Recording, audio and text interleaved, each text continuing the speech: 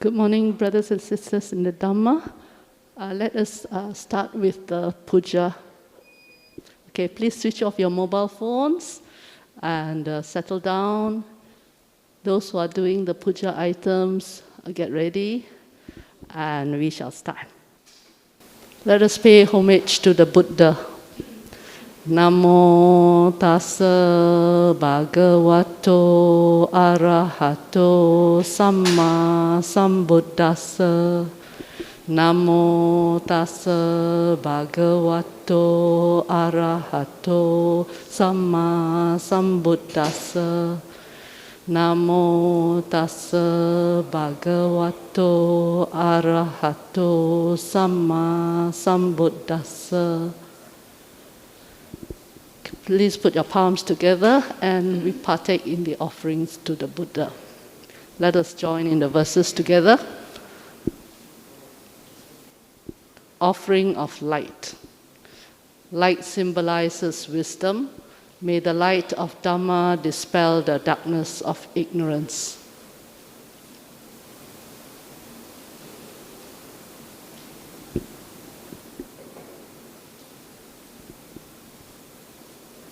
Offering of incense. Incense symbolizes the fragrance of pure moral conduct. This reminds us to cultivate good conduct.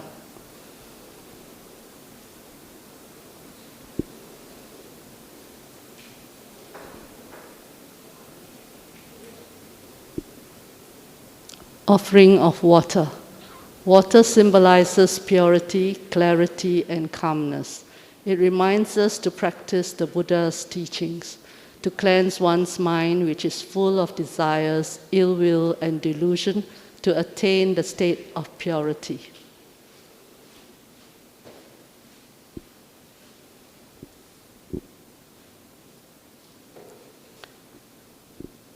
Offering of fruits. Fruits symbolize the ultimate fruit of enlightenment, which is our goal. They also remind us that all actions will have their effects.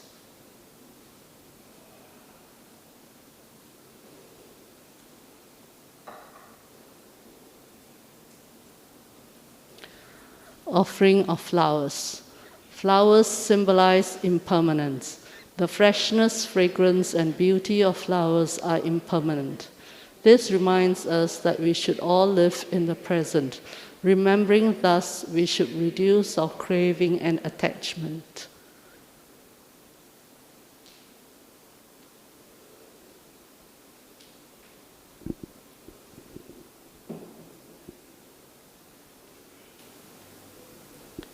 Salutation to the Triple Gem. Let us pay respects to the Triple Gem.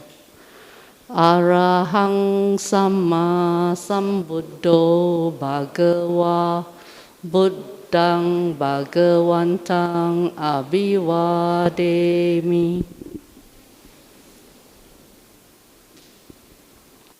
Swakato Bhagavata Dhammo Dhammang Namasami.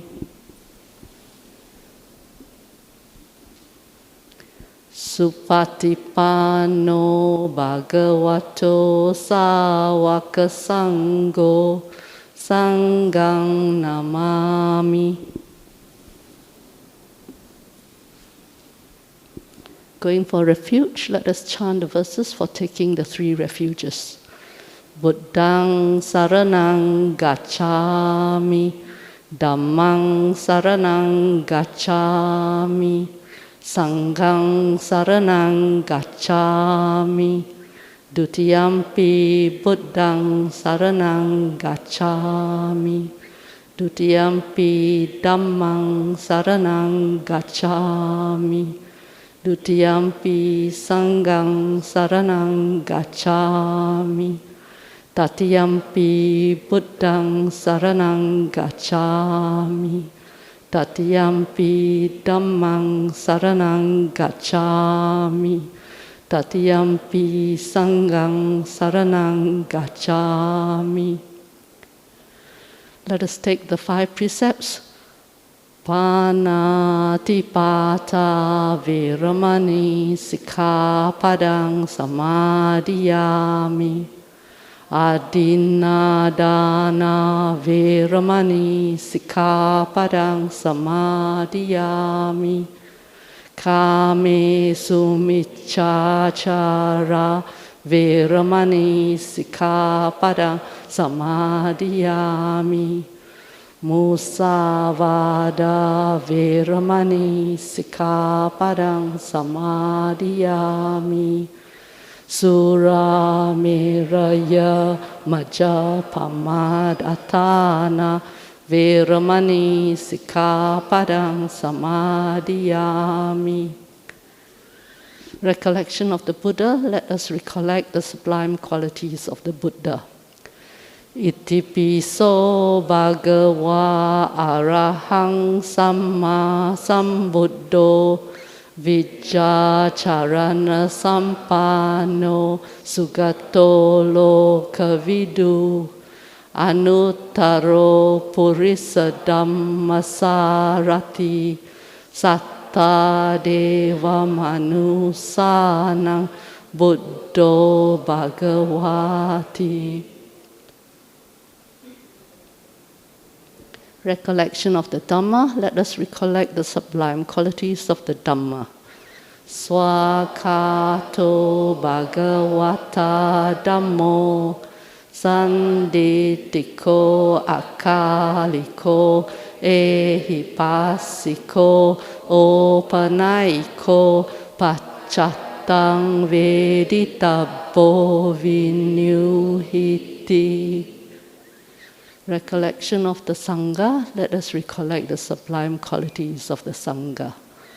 Supatipanno Bhagavato Sāvaka Sangho Ujjupatipanno Bhagavato Sāvaka Sangho Nyāyapatipanno Bhagavato Sāvaka Sangho Samicipatipano Bhagavato Sāvaka Sangho Yadidang Cattari Purisa Yugani Atta Purisa Puggala Esa Bhagavato Sāvaka Sangho Ahuneyo Pahuneyo Dakineyo Anjalikaraniyo Anuttarang Punyaketang Lokasati. Sadhu, sadhu, sadhu.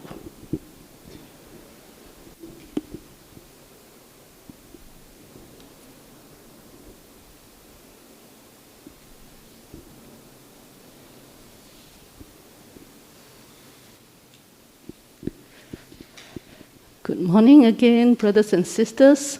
May I know whether there's anyone new here today?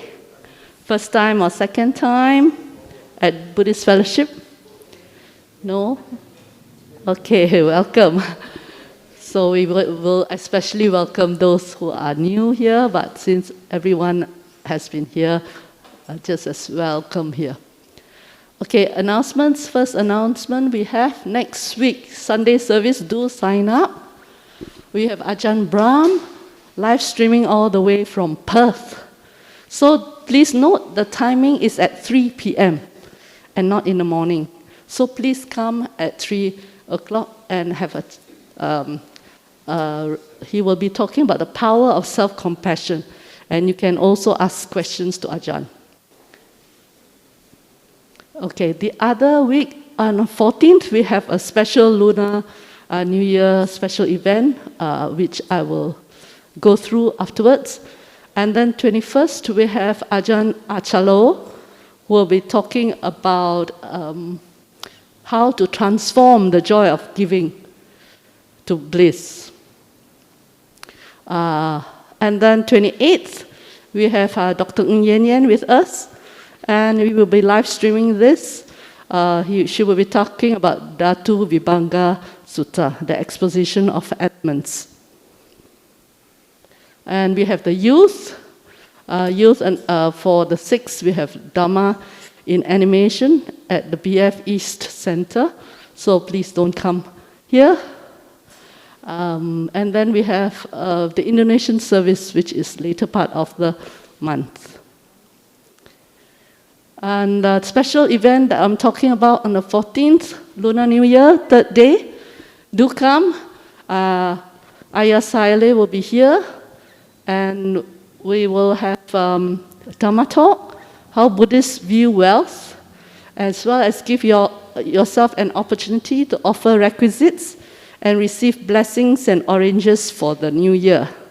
So the starting time is 10 o'clock, not 10:30, okay, for the 3rd day of Lunar New Year.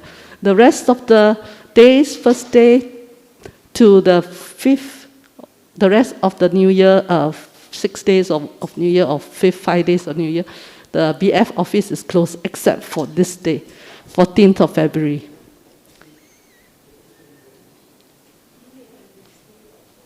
Okay, we have BF Junior Youth, teenagers.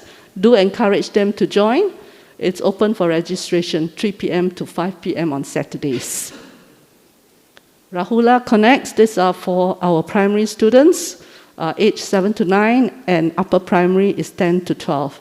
So it's also, they already started the classes, but you can still register. Oh, our very popular Anapanasati meditation. The next series is on the 28th of February of the Chinese New Year to the 4th of April. It's a 6-session course every Sunday, 2 to 4. So it's a very popular course, and it's always fully booked. So do sign up if you want to learn Anapanasati, and priority will be given to BF members, of course. Oh, we have a special announcement for Brahm Center at Tampines. They have a Chinese New Year open house coming Friday and Saturday, 5th and 6th of February. The whole day, 9 a.m. to 6 p.m. They have activities. Besides, they have crystal sales and free workshops, free gifts as well. And you can try other workshops like mindfulness, happy workout, print, art and craft, and what else? There's a poster downstairs for more details. You can take a photograph of the details downstairs. And Chinese New Year flower arrangement is a 2-hour workshop. You can take back the flowers, but this one is not free. The rest are free, okay? Thank you. Now we will have meditation, 10 minutes by Ajahn Brahm. Let's switch off the lights. With your eyes closed, bring your attention first of all to your body sitting here. And please relax your body. How do you relax your body?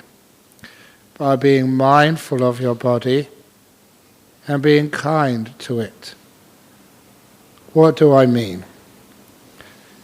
We can start with your legs. Ask your legs. Legs, how do you feel right now? And keep asking that question until you get an answer. Just imagining your legs to be like separate living beings. When you ask a question of your legs with respect, sometimes my legs tell me that they need to be adjusted, moved. I listen, which means the mindfulness is starting to work. It's not just being aware, it's getting to know. And the kindness means that I change my posture slightly.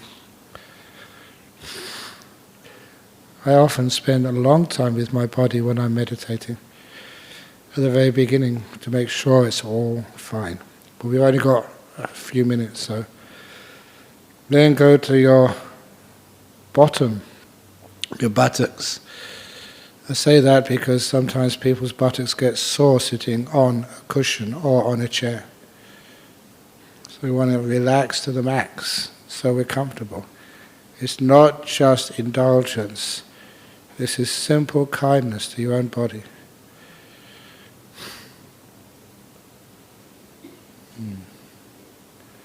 And then move up to your back. Just imagining your back to need a big stretch. The reason I do that, I've just been living in forests all my life, and even in Australia, you see even kangaroos do stretching exercises. These are native wild kangaroos.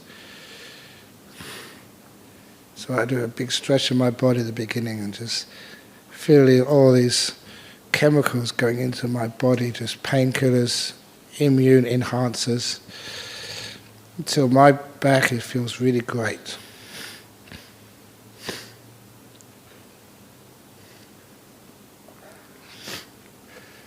And then I relax the muscles of my shoulders. Spend some time on my shoulders because they often have a lot of aches on them.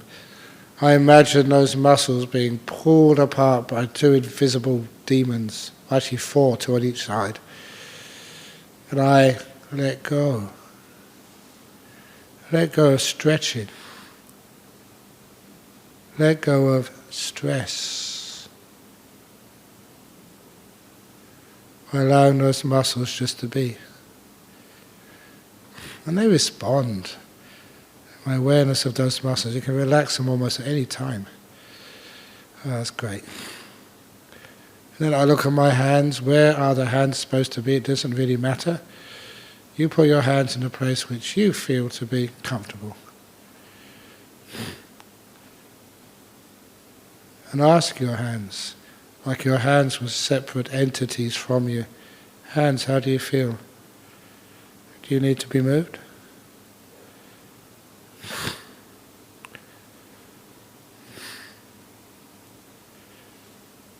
And then you can move back up to your shoulders and neck to make sure that the head is well balanced on top of the neck.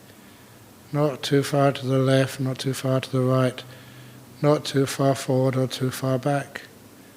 Nicely balanced.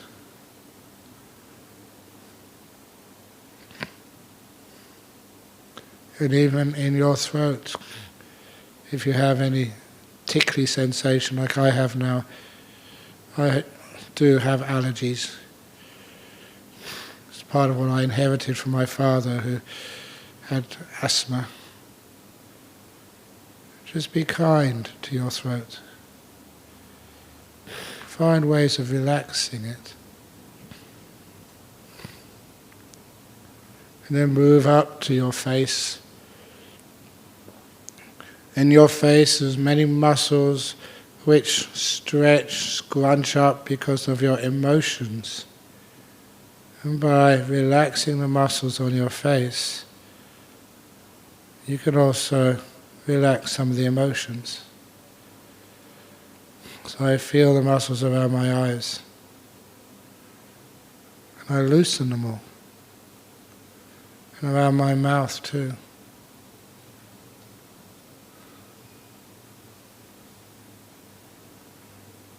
And once I've just done a quick scan of my body, I next become aware of my body just as one unit, just one whole.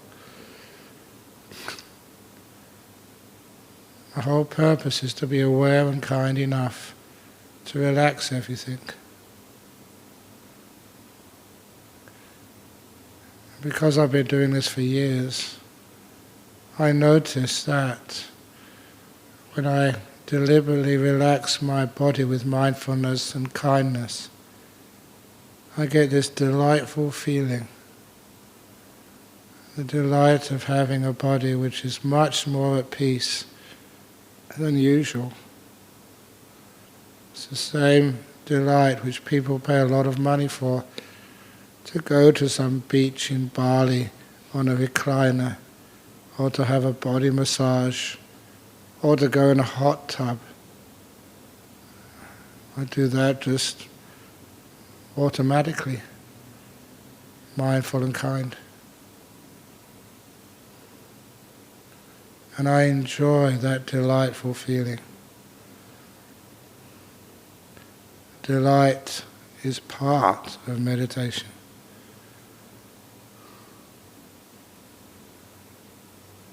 I'll just stay there for a few seconds.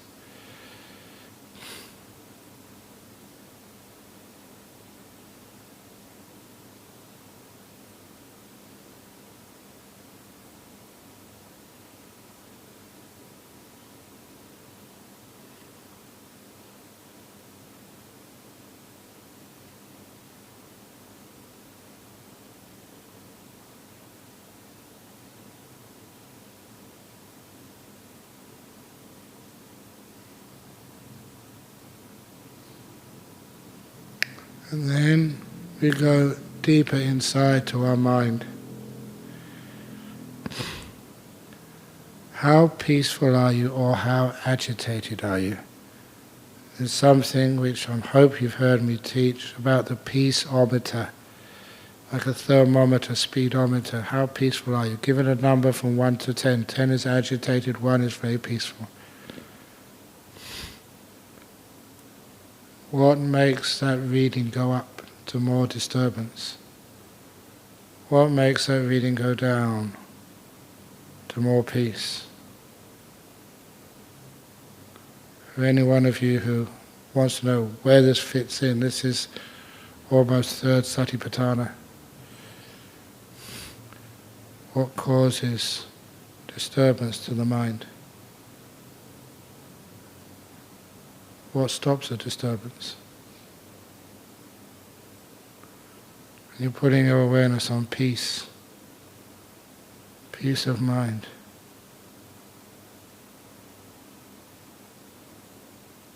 You don't think peace, you experience peace.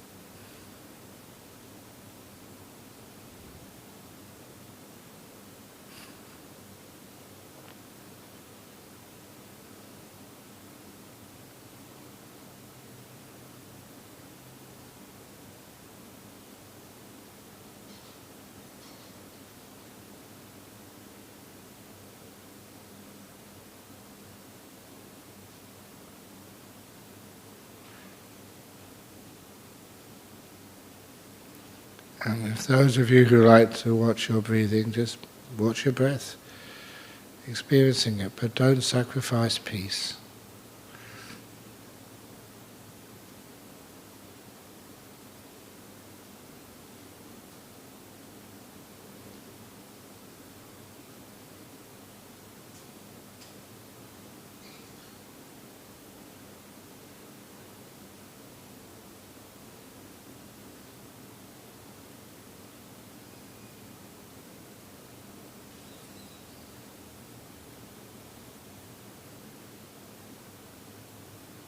And be kind to this moment, opening the door of your heart to whatever you're experiencing right now.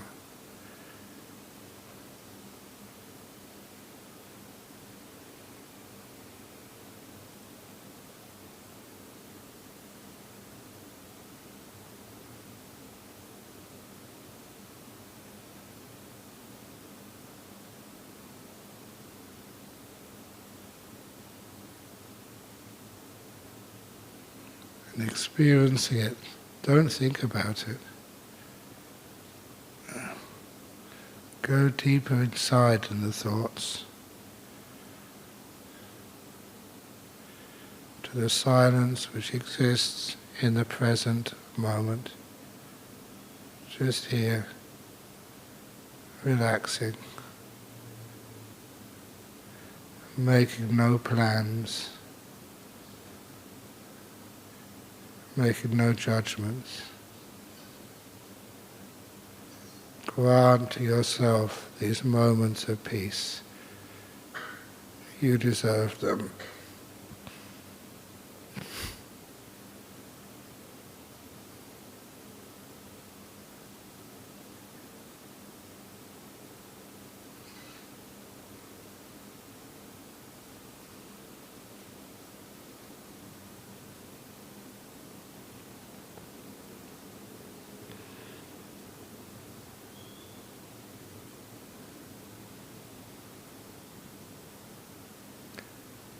How do you feel now?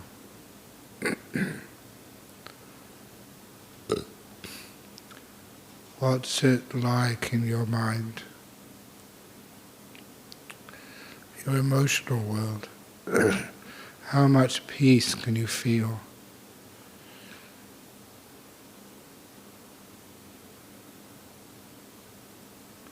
And how relaxed is your body?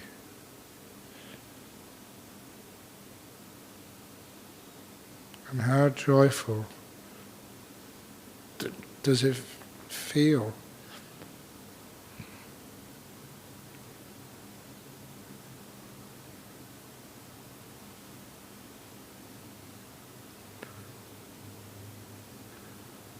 The time is up now. Instead of ringing the gong, I just ask you to slowly open your eyes.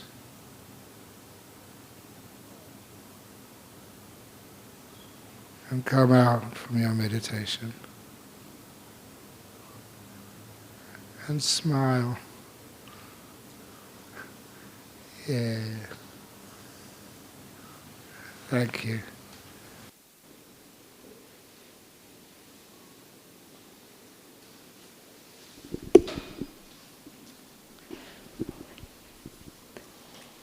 Okay. Hope you had a quiet and peaceful sitting. We are very honored today and very grateful to Mr. Conan Cheong to accept our BF's invitation to give a talk here. Let me do a short bio of Mr. Conan Cheong. He received an MA in Art History and Archaeology from the University of London. As Assistant Curator for Southeast Asian Art at the Asian Civilisations Museum since 2014, he has worked on the permanent galleries for Chinese ceramics, Hindu-Buddhist art of South and Southeast Asia, and the special exhibition Cities and Kings, Ancient Treasures from Myanmar 2017. Most recently, he curated the special exhibition Living with Ink, the collection of Dr. Tan Tsze Chor. So we know let me do a short synopsis of what Mr. Cheong will be talking today. Buddhists of diverse cultures in Southeast Asia have been commissioning, making, collecting, and using art and ritual objects for hundreds of years. Through an examination of sacred objects in the collection of the Asian Civilisations Museum, this talk by Mr. Cheong addresses key themes in Buddhist art in a Southeast Asian context: the power of the Buddha image, merit-making practices, the spread of the so-called Theravada, Mahayana, and Vajrayana schools, and cross-cultural influences and exchanges. Over to you, Mr. Cheong. Thank you. Hi. Good morning, everyone. Good morning. You can hear me, right? The mic's fine. Thank you so much for that kind introduction. Thanks, Hui Kim and the members of the committee for inviting me here today to speak to you all. Thanks for your welcome. That synopsis, it's quite a broad range of topics, this is, as you can see, the topic today is quite a broad one, Buddhist art in Southeast Asia. So we'll see how much I can cover in 45 minutes to an hour. Of course, happy to take questions later, and I mean, looking forward to talking to all of you afterwards. My name is Conan. I'm a curator at the Asian Civilisations Museum, or ACM, in Singapore. And so one of our, we are Singapore's National Museum of Asia, and one of our core interests is actually sacred art, holy art of Southeast Asia, including Buddhism and Hinduism, which of course has a very long history in our region. So that's what I'm here to talk to you today. That's my special interest, Buddhist and Hindu art here, but focusing on Buddhist art today. And yeah, so I just really wanted to begin today's talk with a very simple question to all of you actually, which is what is Buddhist art? So I'm not sure if we do like audience participation here, but anybody want to take a stab at that question? What do you think of when you think Buddhist art? What is Buddhist art to you? So you have a. Anyone want to try? Images depicting Buddhist teachings, Buddhist folklore. Yeah, definitely. Thanks so much, Brother Vincent. Isn't it an idea of the didactic purpose of Buddhism, of teaching? Yeah. Anybody else? I mean, is it something that we see in a temple only, or only in a museum? I mean, do you think of any? Anybody have any any thoughts? Okay, sorry. Not going to put you on the spot for too long, but maybe you can get a few more responses later on. But what I wanted to, so basically when I was kind of preparing for this talk, I've not been here before, so thanks. It's really nice to be here. It's my first time in your premises. But I noticed online that you guys have this really beautiful Buddha statue presiding over your meditation hall. And I'm sure some of you probably know this, but it's a replica of this image, which is one of the most famous Buddha images that ever that exists today. One of the most copied Buddha sculptures, in fact, and it is it dates to the 5th century, made of stone, and it's located now in the city of Sarnath, which is in northeast India, and that's where the Buddha was believed to have given his first teaching to the 5 disciples. And yeah, so very, very nice replica of it. And so this is one way to look at Buddhist art, right? To kind of try to explain the iconography, the different gestures, different movements, and symbolic gestures of the art to give it meaning, right? So if you look at the hand gesture of the Buddha, does anyone know what hand gesture this is? Exactly, it's the wheel turning gesture, or mudra, which is the name for the hand gesture, and in Sanskrit it's the Dharma chakra mudra, the wheel turning mudra. And because it means turning the wheel of Dharma, teaching the Dharma. So it's so associated with, it's become really associated with this particular place of Sarnath. He's sitting in Padmasana, which is the lotus position with both feet turned upright. The Buddha is his background has a Prabha Mandala or halo that symbolizes his otherworldly powers as well. And you see all these really interesting figures, even in your replica, the Gandharvas, the heavenly celestial beings on the top, flanking the Buddha, and the Makara and Vyala on the sides of the throne. And these are mythical beasts, which also symbolize, and they're very deep roots, even before Buddhism, the life of the Buddha in India itself. They're long histories as auspicious symbols that symbolize water and fertility. So it's interesting. You can see how all these artistic influences get absorbed into Buddhism, even as it came into being. And I also want to draw your attention to the bottom of the base. And you can see this is really an artistic decision that the artist made. You see the center. Obviously, everyone knows what that is. Is the what's that sort of thing in the center that they are. So that's actually the wheel, but the side view of the wheel. And you see the deer. So Sarnath was known to be a deer park, right? So the 2 deer represent this like the deer park, and the 5 disciples that the Buddha taught to. And on the side, but there are more than 5 figures, right? You can see there are actually 7 figures. The 2 at the end is actually a lady wearing she's not a monk. She's wearing this sort of a more feminine robe and a little attendant. And most scholars think that these are actually donor figures. So the people who paid money for to create this Buddha statue. And in 1905, when this stone image was excavated from Sarnath, you see in the corner there. Yeah, okay, you can see in the right corner there. And this is what the site looked like in 1905, and this is sort of the site today. So you can still visit that image and that statue. So I'm going to show you another piece that now, after having gone through this piece, you might see some similarities. So this is an 11th century piece, and it's from Myanmar, right? It's from Bagan. And obviously, what's the closest similarity it had to that previous piece?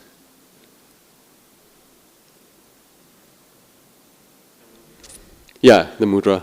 Thank you, sir.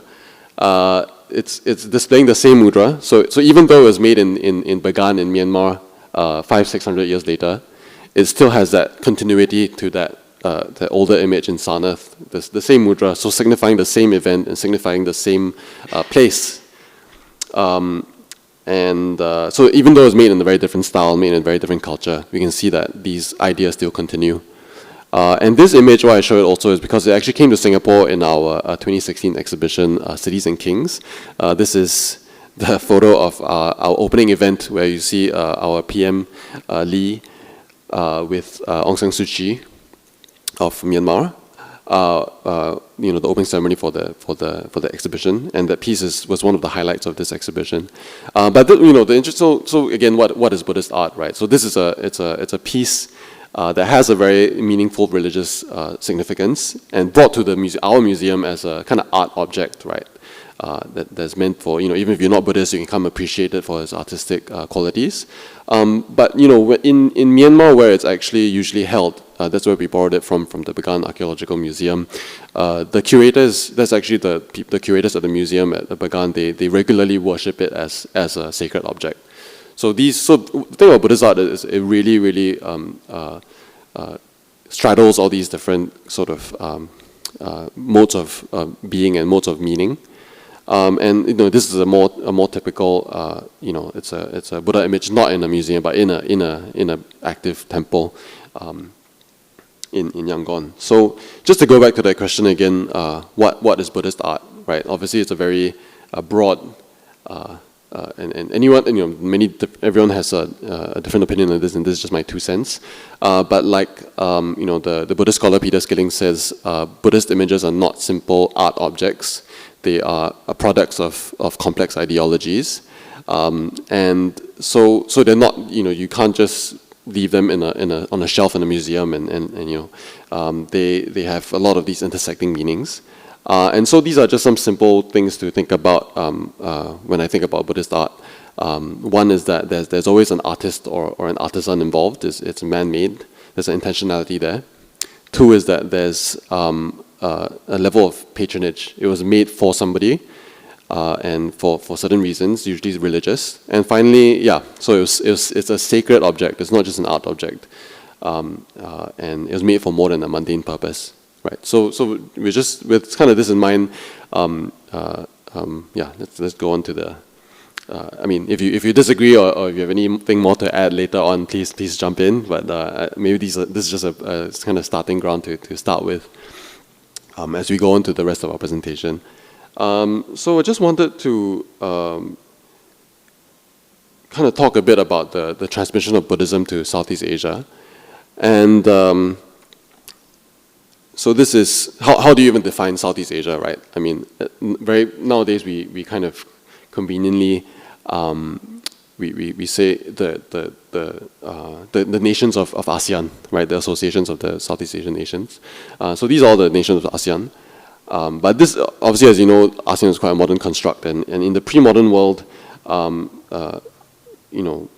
the Southeast Asian nations have always been connected to the larger polities out there, including India and China. And of course, all of you know that Buddhism arose in India. The Buddha was born in India, well, India, Nepal. And from India that it spread, this is a very nice diagram. From India, it spread all over the world, China, Japan, Southeast Asia. And what I want to say is just that, yeah, we can't think of Southeast Asia in isolation. It was always part of these networks of circulation and movements that brought Buddhism and along with Buddhism, Buddhist art all over the globe, right? Intersecting networks. And it was, monks, merchants, missionaries, and soldiers. There were a lot of, not just international trade, but a lot of these political conflicts that encouraged the spread of the religion and art. And so I just wanted to kind of show this, Buddha foot.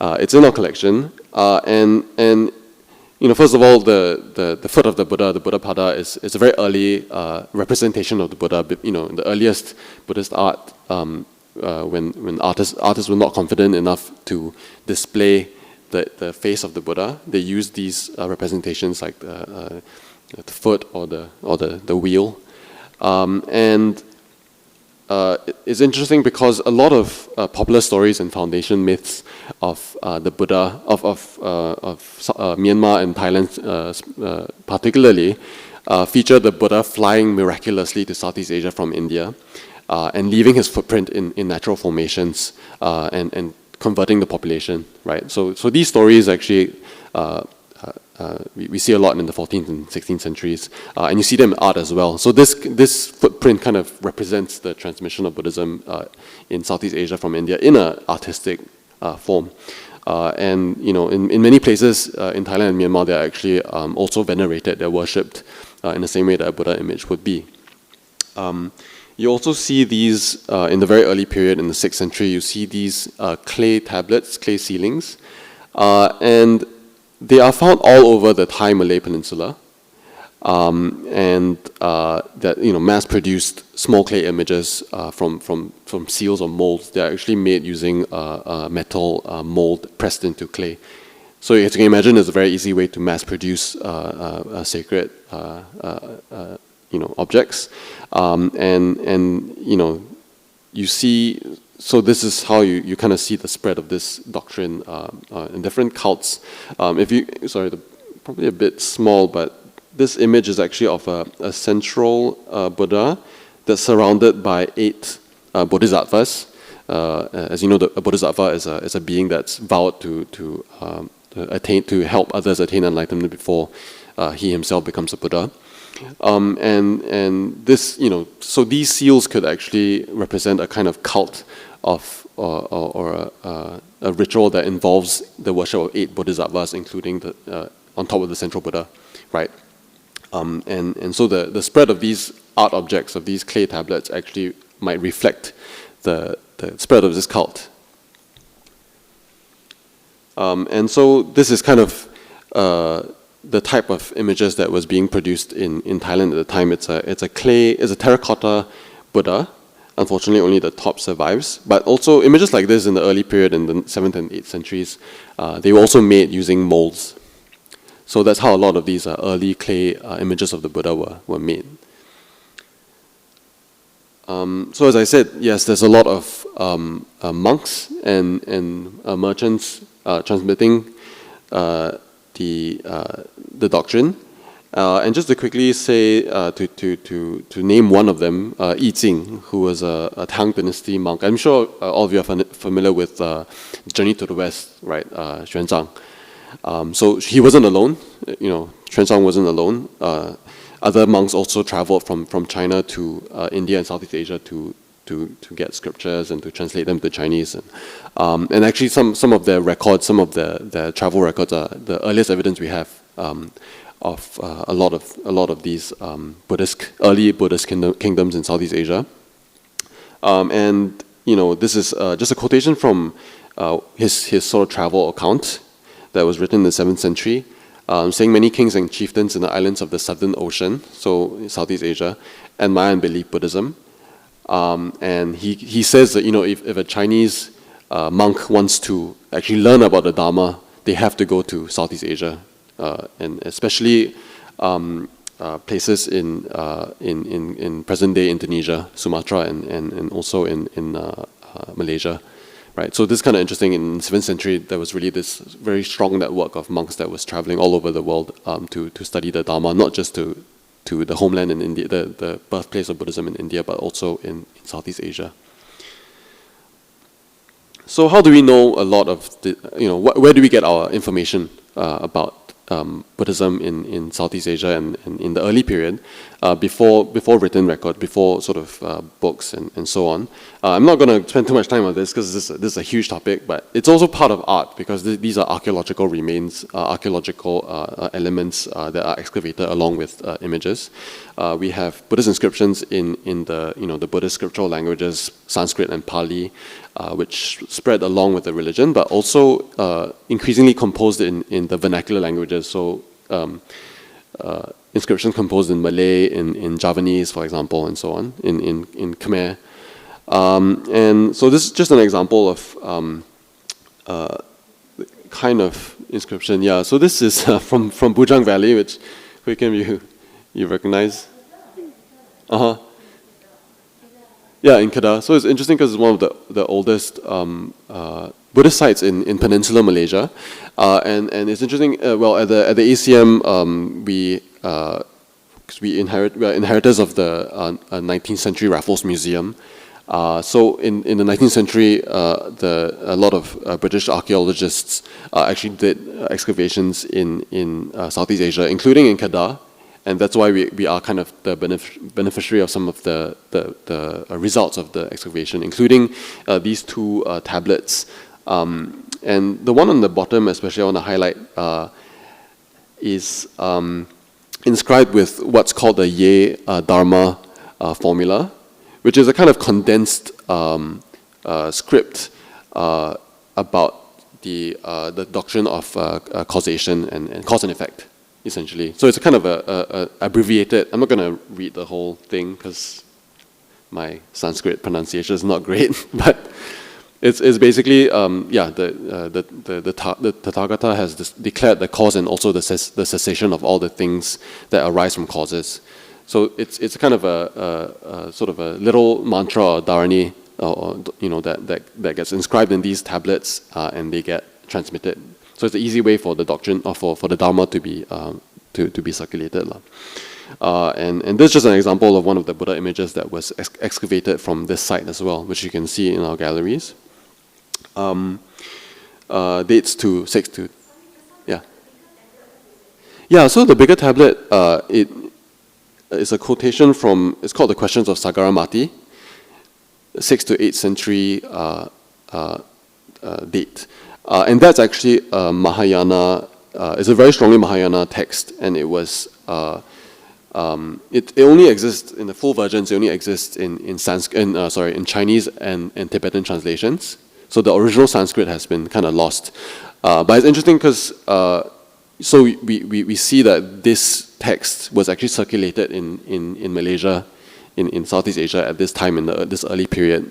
Even though we don't have the full text here. So that's another way you kind of trace the way these doctrines and these teachings are transmitted in the region, in Buddhist Asia. It's not a very famous text. So yeah.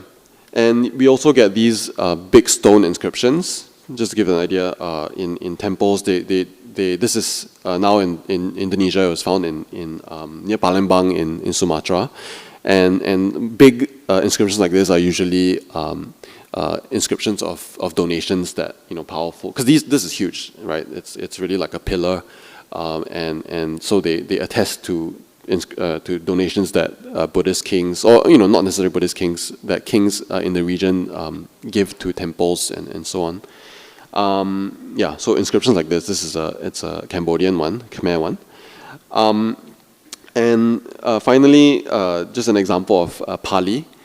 It's a Pali language text these two really actually quite small gold plates that are now in the collection of the British Library. They date to the 6th century, and they were found in Myanmar. And again, they begin with the Ye Dharma, the formula of cause and cessation that I mentioned. So in Southeast Asia, even it's interesting that just to note, Pali was a language that originated in India, right? But almost all the inscriptions that have been found in Pali are located in Southeast Asia. So there are very few Pali texts in India itself. So that's kind of the how these languages get adopted in Southeast Asia as a Buddhist scriptural language. So yeah, just going on to kind of types of Buddhist art in Southeast Asia.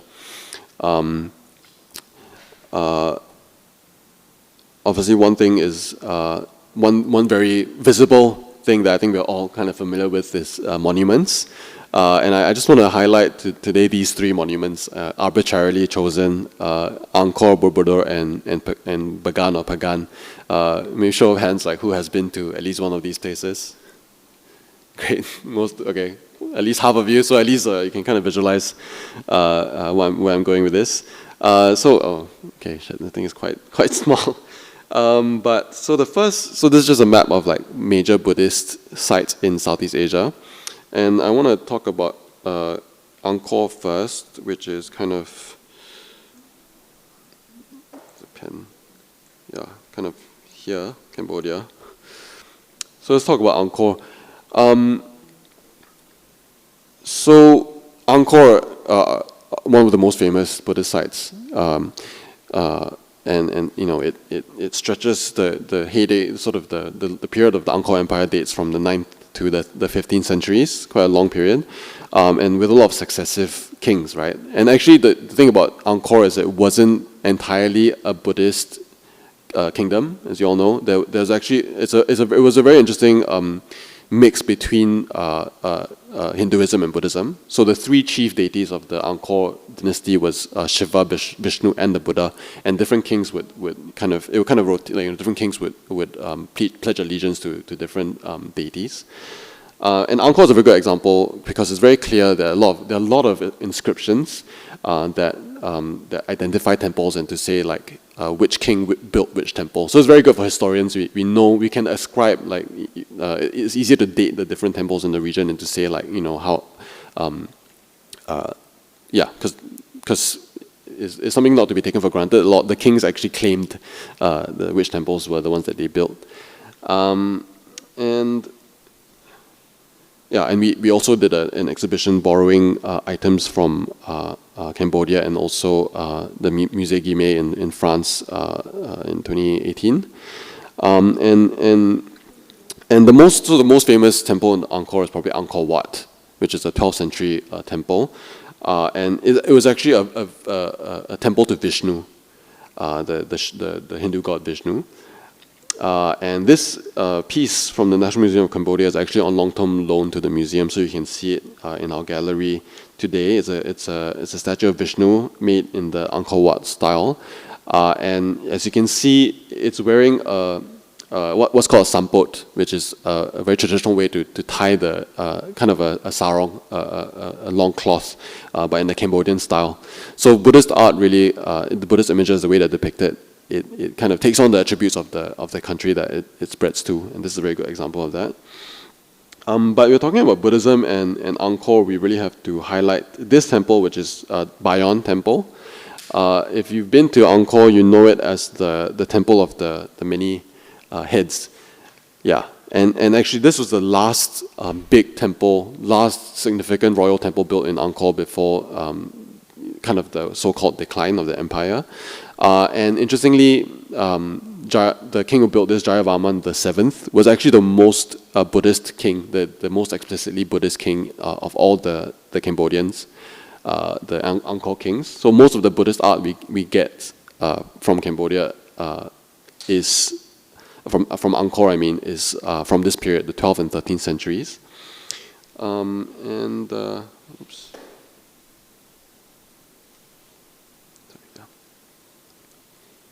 Yeah. So the faces on the Bayon, I mean, there's a lot of speculation that they actually are portraits of the king himself, and also they also represent bodhisattvas, Lokeshvara, who's a type of Avalokiteshvara. So we kind of think that the king identified himself with the bodhisattva, and you know, so this portrait kind of it's a symbol of both of them. Yeah, so there are all these sort of relief carvings in the Bayon. And Jayavamana VII was also known as the king who conquered the Chams, who were people that were based in present-day central Vietnam. He drove them out of the kingdom of Cambodia. So you see in his temple, he has all these reliefs celebrating his victories. You can see the sort of elephant over there in the corner, and Khmer soldiers holding weapons of war. So this is actually a portrait of what most think is a portrait of Jayavamana VII. And actually it's an interesting way to think about the identification of Buddhism with kingly power in a lot of parts of Southeast Asia. You can see that it's, well, what does this remind you of this statue? The way it's portrayed. Yeah, meditation. It kind of looks like a Buddha statue too, right? So it's kind of interesting that he uses the conventions of depicting a Buddha statue to depict himself, and to thereby take on the Buddha's power as to legitimize his rule, his royal power. So this is in the National Museum of Cambodia, and this is in the Musée Guimet in Paris. As I said, inscriptions are a way that we find out a lot more about these. It's a very important historical source, and he actually, in one of the temples, he commissioned Jayavamana VII declares that he found satisfaction in Shakyamuni Buddhism of the greater vehicle of Mahayana, and with the characteristics of the compassionate bodhisattva. So these are very explicit expressions of the king's faith. The sort of central image that was in the Bayon temple was actually this Buddha Mukhalinda. Are you guys familiar? You're familiar with the story of the Buddha's life, where the serpent? Yeah. So when after the Buddha gained enlightenment, the Naga king, his serpent, it started to rain very heavily. So the serpent spread his hood behind the Buddha to protect him from getting wet. So this was actually the central image in the Bayon shrine, and we have a very similar image in the ACM's collection of the Naga king sheltering Shakyamuni Buddha. So it's another. It really shows you how these, how the life of the Buddha these stories gets transmitted from India to Southeast Asia. So the next place I want to talk about is Borobudur, which is in the south here, in the Indonesian. You can see the Indonesian island of Java on the bottom. And so that's just a picture of Borobudur. So Indonesia is a bit different from Cambodia, because there aren't as many royal inscriptions that unambiguously claim certain temples for themselves. There are inscriptions, but they're kind of all over the place, and they don't tell a very coherent story. So there's a lot of historical investigation that's required. And so Borobudur is a bit of a mystery still. In Borobudur itself, there aren't any inscriptions, no records that really tell us what exactly it was built for. I guess there are people who've been to Borobudur, right? It's like It's a massive monument, and one of the things I think, if you visit Borobudur, one of the things you might forget if you don't visit the other temples in the region is that it wasn't. It looks like this kind of isolated thing, right? This is a gigantic thing and just on a hill. But actually, there are a lot of other temples built in the same period around that are kind of connected to it as well. And we don't know exactly what the relationship between all these different temples are, but you know, we know that it was part of this sort of network of meaning, and so one of the biggest mysteries is really what is Borobudur built for. It's linked to the Shailendra kings, who emerged in the 8th century, but there are no inscriptions that actually claim the actual royal patronage, so we can only guess. This is just a kind of more aerial view of it. So yeah, if you've been to Borobudur, you know that there are these walkways. So it's built on several levels, and you kind of walk around looking at all these reliefs, and you get further up. As you get further up, this is sort of a diagram of the. So each level has a different story. The first level includes scenes from the life of the Buddha and also the Jataka tales, so stories from the past lives of the Buddha. And as you go up near the top, there are actually scenes from this text called the Gandhya Vyuha, which is a scene about a text about a devotee called Sudana who visits various Bodhisattvas and teachers on his journey to enlightenment. So there's a theory that Borobudur itself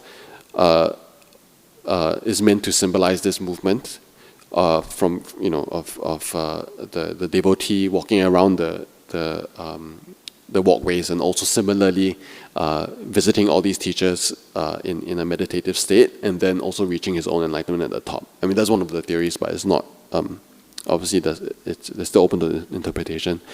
So you see reliefs like this, that's you see in the center, it's the story of Prince Siddhartha cutting off his hair to go and become a monk, and throwing his hair into the heavens, and miraculously the gods Brahma and Saka, Indra, come and catch it and then enshrine it. So this is one of the early levels, and also the story of from the Jataka tales of the Buddha's past lives, and this is the Sasa Jataka, which is about, if you see the center, there's a little rabbit in the center, you kind of see. So this is a story where the Buddha, as a rabbit, one of Shakyamuni's past lives as a rabbit, he sacrifices himself to feed a beggar with his own flesh and blood. So if you see in the third, so this sort of, one of the interesting things about how these narrative reliefs are organized, they're kind of like comic strips. So each panel kind of represents a movement in the story. So in this story, in this panel, the central panel, the rabbit is kind of the beggar is asking the rabbit to feed him food, and the third panel, you see the rabbit actually jumps into a kind of cooking pot, in which he's miraculously not harmed by the burning coals because of his devotion. So these are narrative reliefs. This is really Buddhist art fulfilling a didactic educational purpose. Just on the top of Borobudur. But yeah, so Borobudur also has all these Buddha images, and this is a Buddha head that's in the ACM's collection that dates to the 9th century. This one was not excavated in Borobudur, but from a nearby temple, the Kalasan temple. And so if you look at it iconographically, it's not making the same hand gesture as the wheel turning Buddha that we are familiar with. It's actually this is called the meditation pose, the meditation gesture. And as I said, so there's a lot of a lot of mixture between Buddhism and Hinduism in this early period, and this is, quite maybe a familiar god as well. Yeah, Ganesha, also found in the nearby temple, Ganesha was even today also very important in Buddhism as a kind of a deity as well. It's hard to make a very firm distinction between the two religions at this point of time in Indonesia. Yeah, you also get these bronze sculptures. So what we saw before are kind of very large. I mean, like this image here, large devotional images that possibly were receiving devotions and practices. But we also get smaller bronze images that really portable. You could probably and as I mentioned before, Buddhism was spread in often many cases by traveling merchants and sort of monks. And it's highly probable that they carried these images around and they kind of helped them spread the religion. And the interesting thing about these bronze images also were that they're extremely portable. So, for example, this image was found in Indonesia, but actually is very stylistically similar to objects that were made in Sri Lanka at the time. So it could attest to a connection between Sri Lanka and Indonesia. Yeah, so these are just some objects that we borrowed from the Museum of World Cultures in the Netherlands. So they're all known in the ACM at the moment. Yeah, so the last place I want to talk about is Bagan, which is Myanmar's on the top, the north here. So Bagan is known as the city of 10,000 temples. And today, remains of over 2,200 temples and pagodas survive from the Bagan period. So the Bagan period, from the 9th to 12th centuries, this is really when the people we know as the Burmese rise to power in Myanmar. Is the first big centralized kingdom, is the first empire that forms in Myanmar. And it was founded by King Anawrahta, who proclaimed Buddhism, specifically a form of Theravada Buddhism, as the state religion of his new empire. So this is from an exhibition that we did in 2016, 2017. You're already familiar with this image that I presented earlier, but these are some other images that from the Bagan period that were on display in the show. So I just wanted to highlight this one piece in the center here, to give you an idea of how. We see these Buddha images kind of isolated from their context, right? When they're brought into the museum, you tend not to have an idea of how they would normally be in a temple or where they were found. So this one piece in particular, which is a story of Prince Siddhartha. We saw it earlier already in Borobudur. Prince Siddhartha cutting his hair to then become a monk.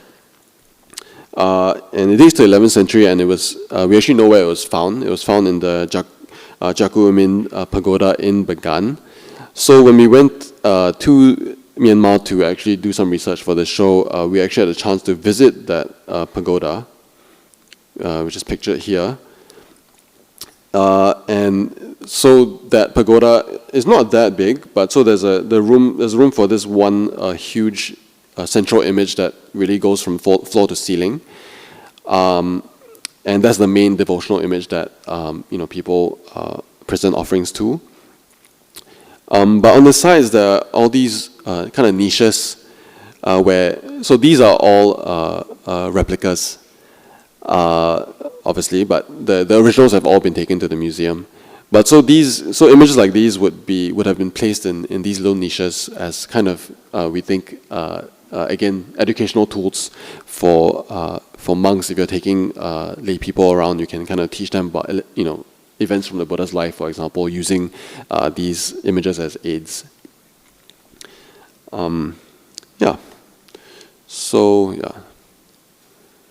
And this is a lovely piece, also from the Bagan period, and it's made of wood. And it's a standing Buddha image that's really taller, larger than life.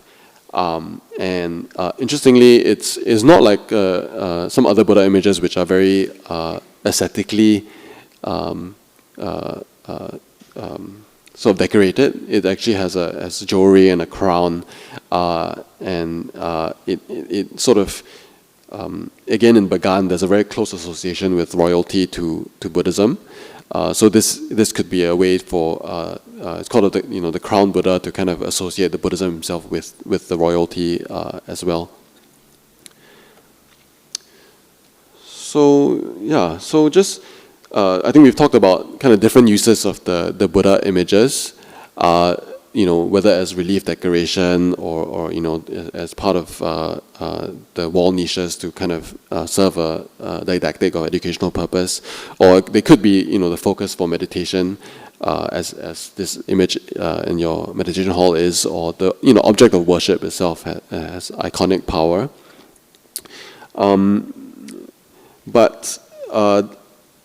So one question that kind of comes up, I think, and I'll use this case, the case of Thailand, to kind of talk about it a bit more, is what exactly is the Buddha image?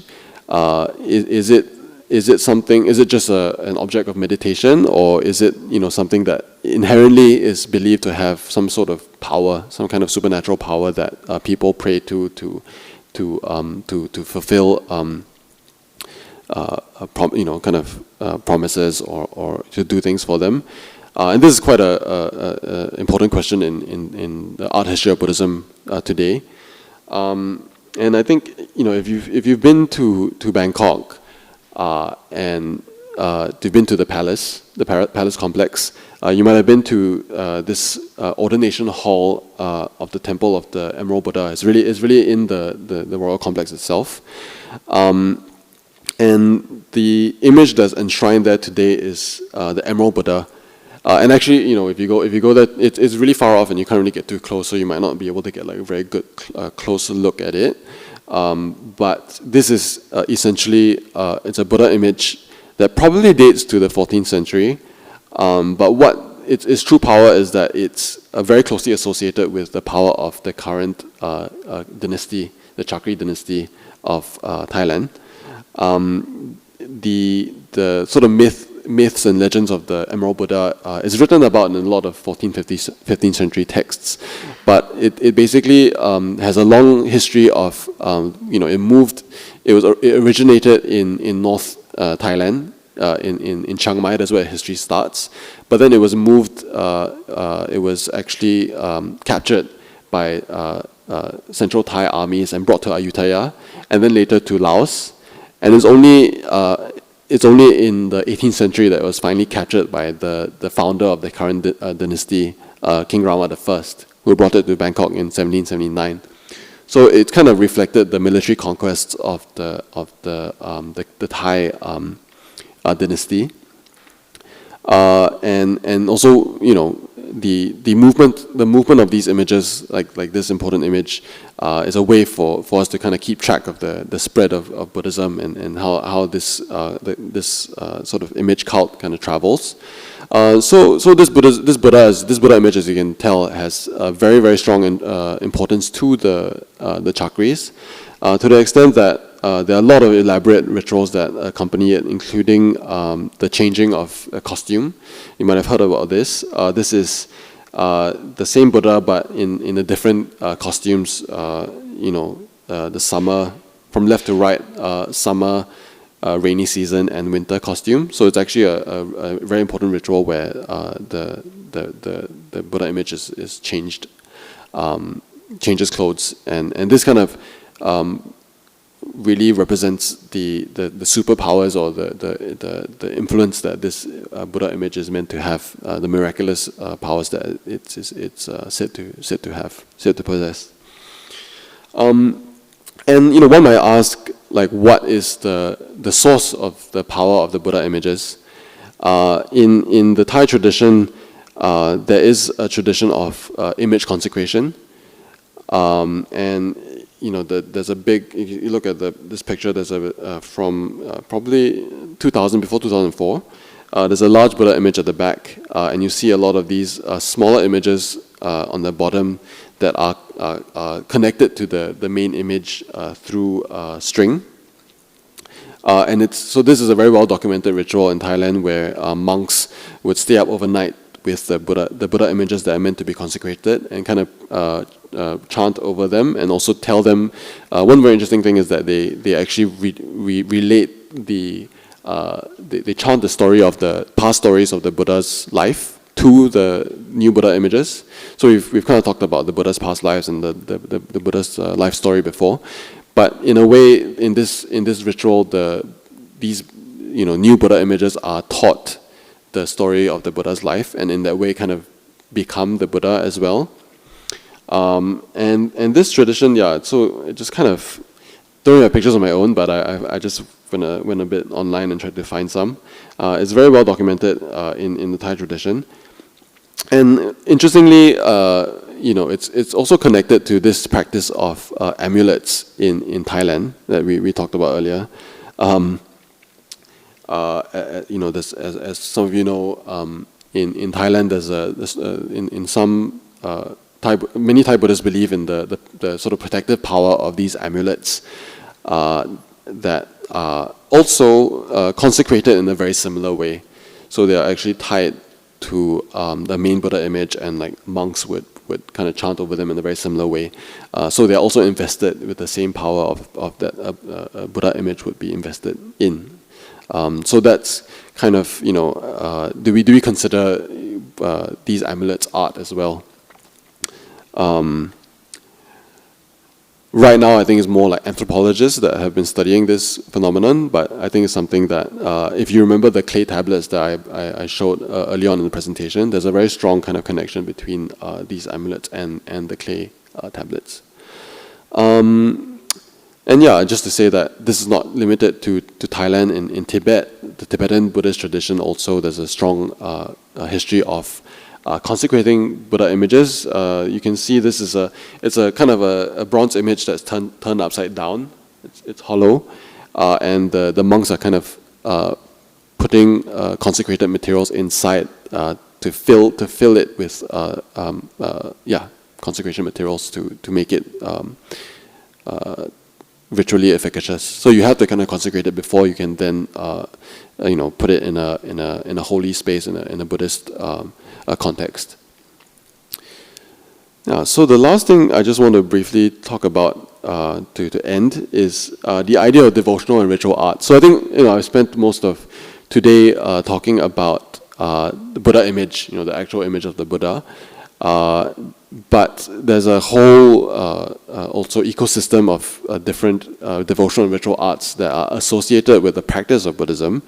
And I think one of the most important practices in Buddhism, in popular Buddhism today, is merit making. And of course, I mean, you guys know better than me, the sort of goal for Buddhists is to either, to try and, if you're not able to gain enlightenment or to gain nirvana in your current life, to kind of do good acts and do good deeds to gain enough merit so you're born into a better life in the future, that puts you in a better position to then gain enlightenment. So merit making, a big practice in Southeast Asian countries is giving alms to monks. And you can see these monks are holding these sort of the begging bowls. So as you can see, it's a very big ceremonial event. It takes place in many occasions, especially in New Year and even the coronation of the king, for example. The Thais and the Burmese organize these sort of merit-making, alms-giving events. As you can imagine, there's a whole series of arts that developed around this practice, including. So this is it's a mid-19th century offering vessel made in Myanmar that very many layers of decorated many layers of lacquer and gold leaf, and also colored glass and a hinta bird or a sort of sacred goose finial on the top. And so, elaborate vessels like these were used to keep food offerings that were then given to temples in these merit-making events. And yeah, so to go back to the monks' alms bowl, this is a very simple example that was just woven from rattan and then lacquered lightly to make it waterproof. So this dates to about 1930. So it's kind of it's a very typical everyday object that these monks would be using for the daily alms collections. But there are also a lot more elaborate examples of this simple form, including this alms bowl that was from Cambodia, 19th century, and is decorated in mother of pearl, and with sort of you can see animals from the zodiac. There are also several silver examples from Myanmar. Myanmar is very famous for also its silverware, and this scene you might recognize it from before. It's also a scene. It's a scene from the Buddha's life, the great departure where he gets on a horse and then leaves his kingdom. So these are also these sort of decorative pieces are also great opportunities to kind of feature educational scenes as well from the Buddha's life, just like they were in the temples. Yeah, and finally. One of the highlights in our gallery, this really large alms bowl that is dated the 1908, and has sort of creatures from the Burmese zodiac and other auspicious animals as well. So not to forget, these very vibrant traditions that grew up that are not exactly directly related to the Buddha or the Buddha image itself, but also very central to kind of the rituals and practices that that associated with Buddhism. That's all from me. I hope kind of gave you an overview of Buddhist arts in Southeast Asia, and thank you very much again for having me, and welcome any questions if there are any. Thank you. Thank you. Question time. Oh, yes, we have Sister Fweenie. Oh, sorry. Okay. Thanks, Conan, for the very interesting talk. I just have two questions. Number one, how does the museum decide what piece to bring? Out of so many hundreds of pieces that you find in the overseas museum, how do you all make a decision on which piece to bring? Mm-hmm. And then the second question is that the monk's robes, is it ever considered a Buddhist art, the color, the way it's worn? Yeah. Okay, just curious, that's all. Yeah, I mean both very good questions. Not that easy to answer, I think. I think for the first how we choose objects, I think there are two main practical reasons. One is so usually when we do an exhibition, we have a narrative that we want to talk about. We have some themes and some stories that we want to tell with the objects. So we choose objects based on what can best express the themes, for example. And the second really more practical reason is that we depend on what the lending institution is willing to lend us.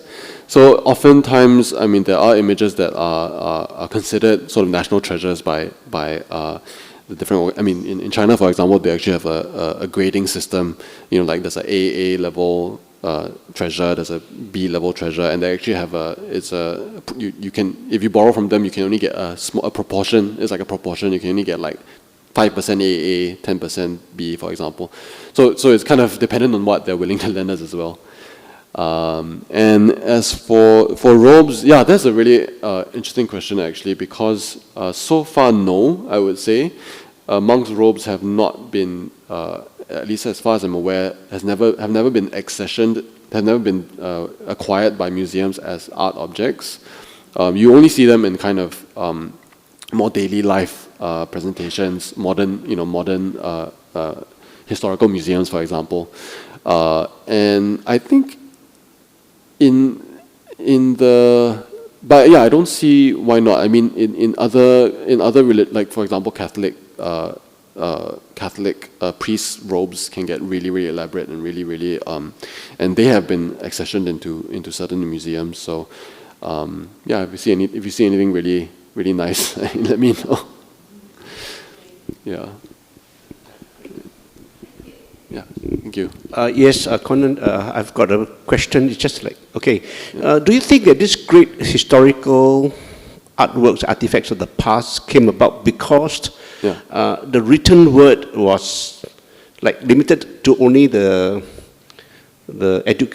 privileged class, and then since printing and the word form came about widely, then we don't need so much art because people can understand through words rather than through images. Mm-hmm. So is that a good way to analyze why there was so much more artworks, great artworks before than now? Now we have books. Mm-hmm.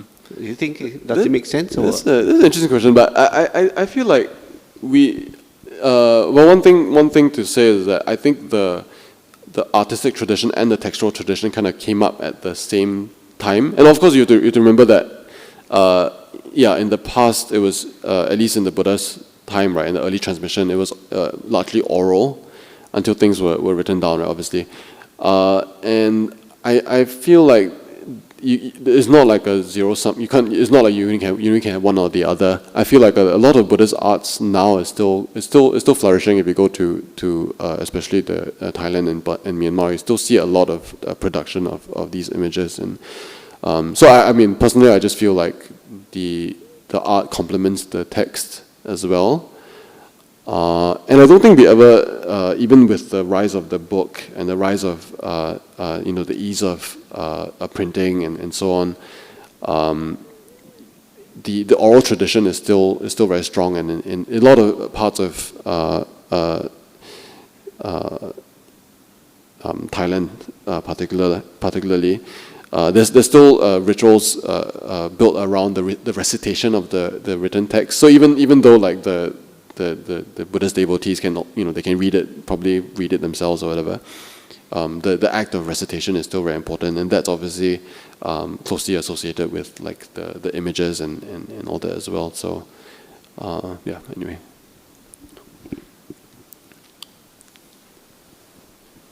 Any more questions? Sorry, Yes. Just want to ask another question.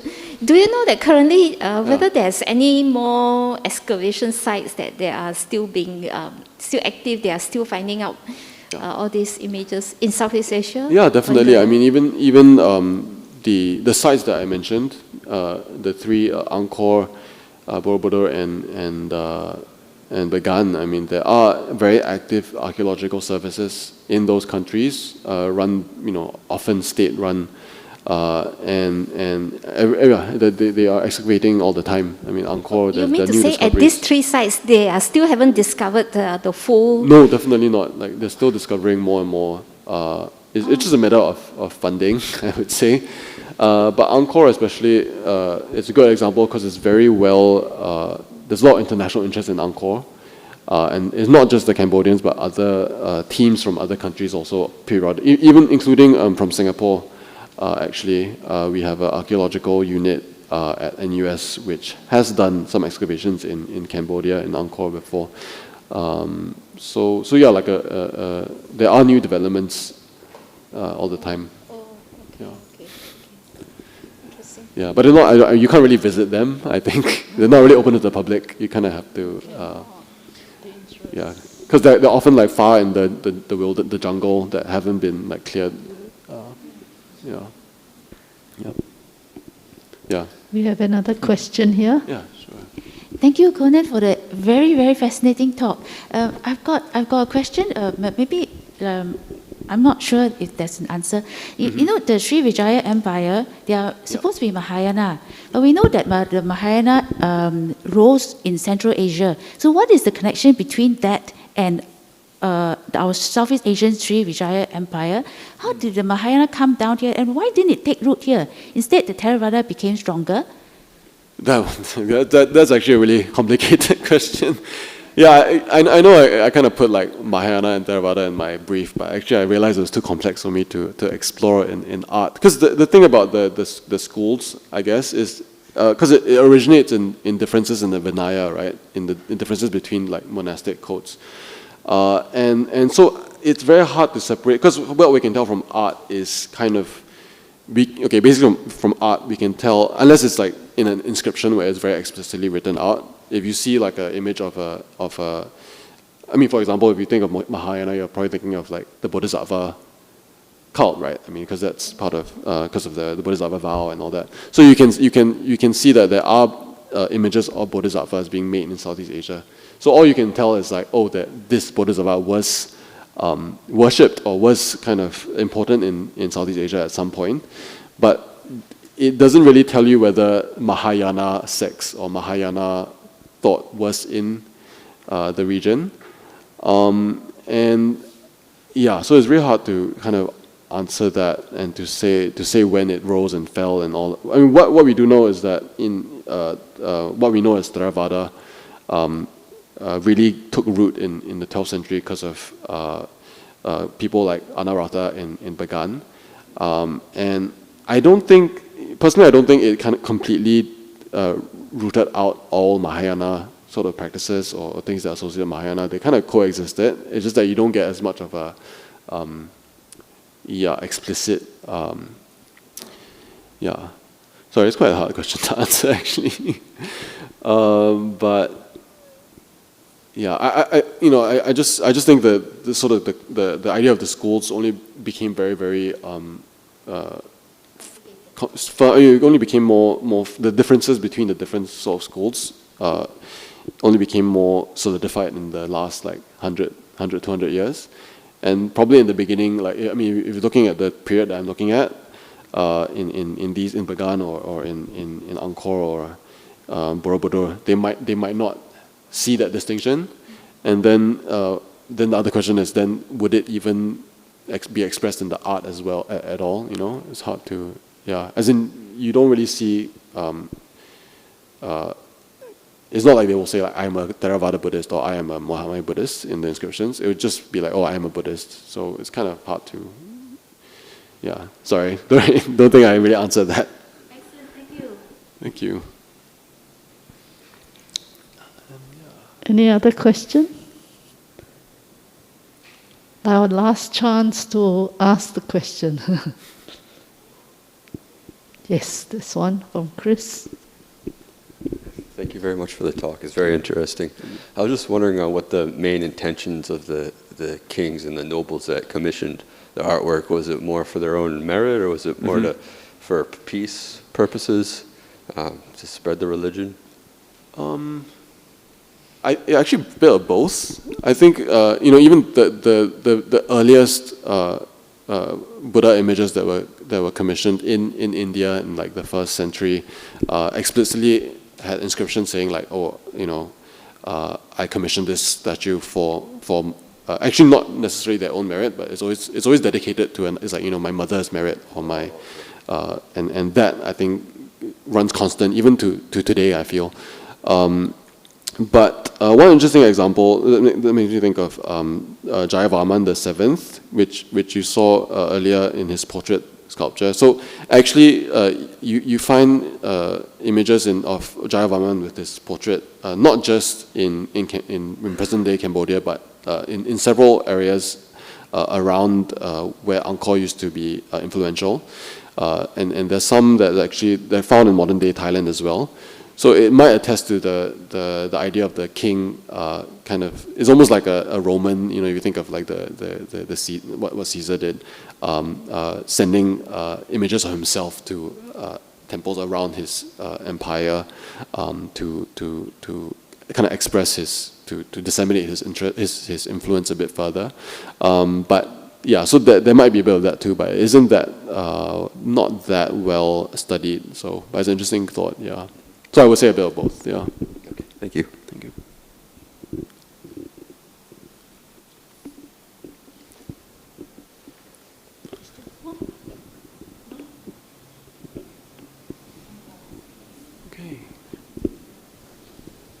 Okay, Mr. Cheong, any upcoming exhibitions in?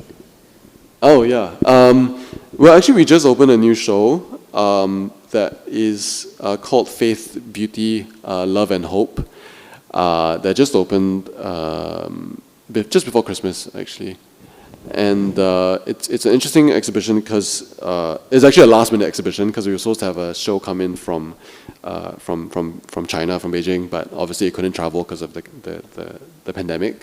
So we put together a show to try and celebrate like the resilience of everyone through this crisis. And the concept is that it's pieces chosen by different people associated with the museum, and we have kind of two labels. So one is more a historical label, and the other is a label that talks about the why that person chose the piece. So come see it. It's quite a good range of different. There are some Buddhist objects in there as well, but also yeah. And the next exhibition coming up is actually one about Japan. It's an Edo period prints combined with a double bill with photographs of geisha in modern day Kyoto. So that's the next exhibition, which is taking place I think in May or June. Yeah.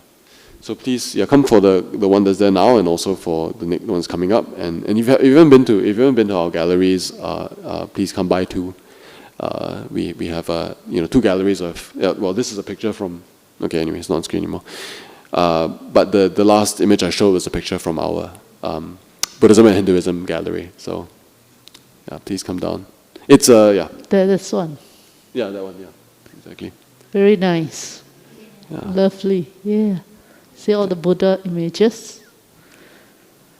So do visit the museum. And if there are no more questions, last chance. Okay, so no more questions. Thank you, Mr. Cheong, for coming by today. We are really honored for your with your presence here. So maybe we can invite Mr. Cheong out, or before we do our closing puja. Thank you. Right. Thanks, everyone. Thanks for your time. Thank you.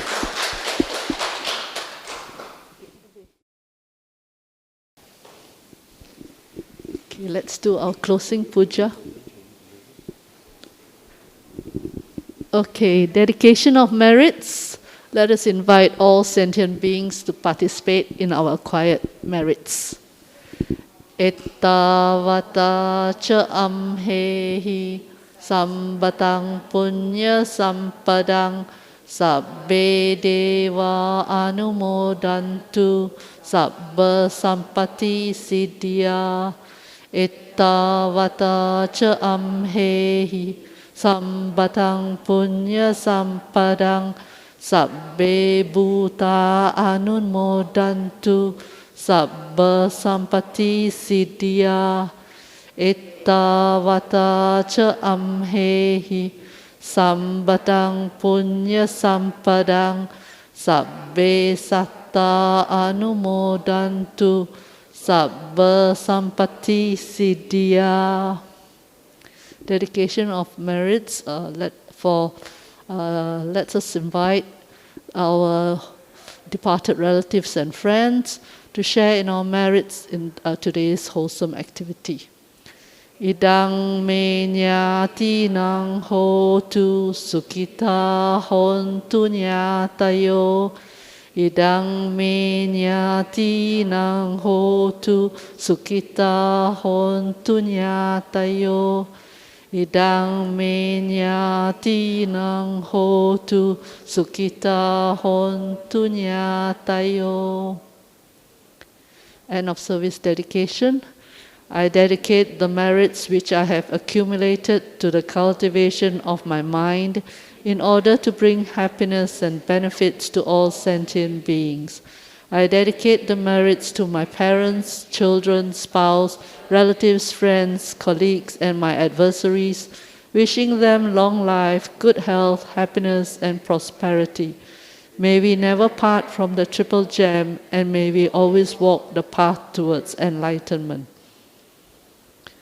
closing homage, let us pay respects to the triple gem. Arahang Samma Sambuddho Bhagava Buddhang Bhagavantang Abhivademi.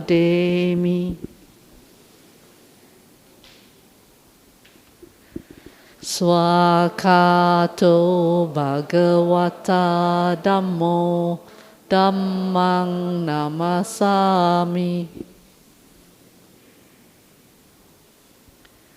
Supatipanno Bhagavato Sāvaka Sangho Sanghang Namami. Sadhu, sadhu, sadhu. Thank you everyone for coming.